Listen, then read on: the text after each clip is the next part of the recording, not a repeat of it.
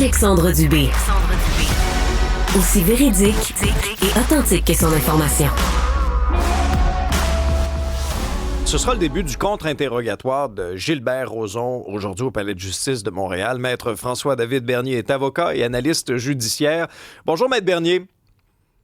Bonjour, Alexandre. Bon, expliquez-nous d'abord un peu comment ça se passe, là, un contre-interrogatoire. Ben, disons que ce sera la période difficile pour Gilbert Rozon. Un contre-interrogatoire, contrairement à l'interrogatoire où est-ce qu'il a pu livrer sa version. Imagine, Alexandre, déjà, il y a eu beaucoup de tension en livrant sa version, évidemment, parce que c'est à l'opposé des demanderesses.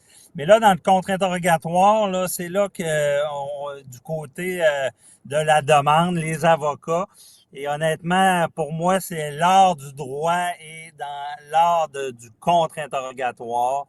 C'est là qu'on va jouer sur les détails, sur les contradictions. Tout ce qui peut être dit dans les médias, on va pouvoir s'en servir. On va essayer là, d'arriver là, dans son témoignage, de trouver des failles avec des questions. Puis on dit, on a une large latitude en matière de contre-interrogatoire. Là. On peut poser des questions qu'on dit subjectives, d'aller mettre un peu en table avant de poser la question pour arriver à une réponse à une contradiction possible là, lorsqu'on pose cette question-là. Et c'est là que ça, comme on dit, ça brasse plus. Là. Comment un avocat prépare son client à affronter un contre-interrogatoire? Parce qu'il y a des pièges, il y a des risques.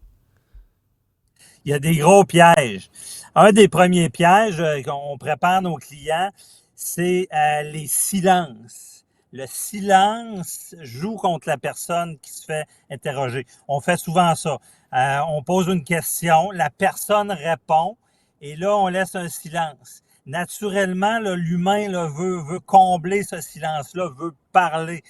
Et on le sait, quand on se fait interroger, notre avocat nous pose des questions, il faut parler, il faut conter l'histoire. Là. Le juge est là pour l'entendre. À l'inverse, quand c'est un contre-interrogatoire, on veut pas que notre client parle trop. Donc, l'autre avocat se sert de ça. Il va poser une question, silence, malaise, le témoin va se remettre à parler, puis c'est des fois là qu'il y a des dégâts. Par contre, aussi dans les contre-interrogatoires, des fois je dis ça, des fois l'autre avocat de la partie adverse est meilleur que moi. Parce que si la personne est bonne à se faire contre-interroger, bien, si on pose une question, et là, des fois, c'est le temps de rectifier des choses. Et on voit ça des fois, une question posée par l'avocat très précise, où est-ce que la personne qui est interrogée va rectifier les faits. On le sait, quand on est avocat, on pose pas une question si on ne connaît pas la réponse, parce que ça peut être dommageable. Moi, j'ai vu ça m'est arrivé aussi, puis j'ai vu des fois des procès où est-ce qu'on apprend des choses devant le juge parce qu'on a posé une question de trop. Donc, il faut être vite sur ses patins. Et c'est à ça qu'on va assister aujourd'hui dans les prochains jours. Et c'est là que le procès se passe en quelque sorte parce que, je le répète, ce procès-là, il n'y a pas de preuves supplémentaires, il n'y a pas de témoins des événements, c'est seulement des preuves contradictoires avec un élément de réputation, avec des témoins qui viennent dire c'est la réputation d'un et l'autre. Donc, ça se joue là, très serré sur ces contradictions-là pour savoir qui a raison. Là. Mais dites-nous, Maître Bernier, parce que là, ça peut être effectivement périlleux pour la personne qui se fait contre-interroger, mais est-ce que les demanderesses, via leur procureur, peuvent marquer des points dans ce genre d'exercice-là aussi? Oui.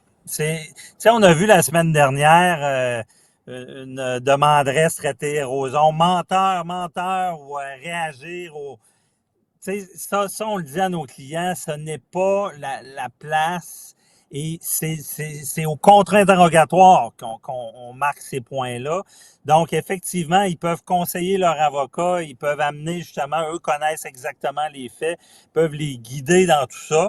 Et, à suivre cette semaine, je ne sais pas s'il y a eu des débordements à l'interrogatoire au contre-interrogatoire, moi, j'avertis tout le temps mes clients, là, quand tu te fais contre-interroger par l'avocat, le piqué, ce qu'on leur supplie aux clients, c'est réagissez pas. Parce que c'est ça le piège de tomber dans le panneau de l'autre avocat. Moi, quand je contre-interroge, là, souvent, là, on veut aller peser sur le bouton là, pour que la personne devienne émotive, sorte des choses. Donc, c'est à quoi on va assister dans les prochains jours. Alors, ça commence aujourd'hui au Palais de justice de Montréal. Maître François-David Mernier, merci beaucoup. Merci, bonne journée.